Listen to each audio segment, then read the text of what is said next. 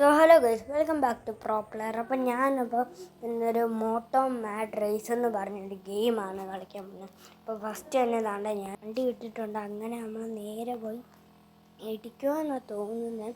അങ്ങനെ നമ്മൾ നേരെ പോയി, ഇഷ്ടംപോലെ വണ്ടിയൊക്കെ ഉണ്ട്, അതുകൊണ്ട് സൂക്ഷിച്ചാണ് ഞാനീ പോകുന്നത്. എനിക്ക് നല്ല ഹൈ സ്പീഡൊക്കെ ആയിട്ടാണ് ഞാനപ്പോൾ പോകുന്നത്.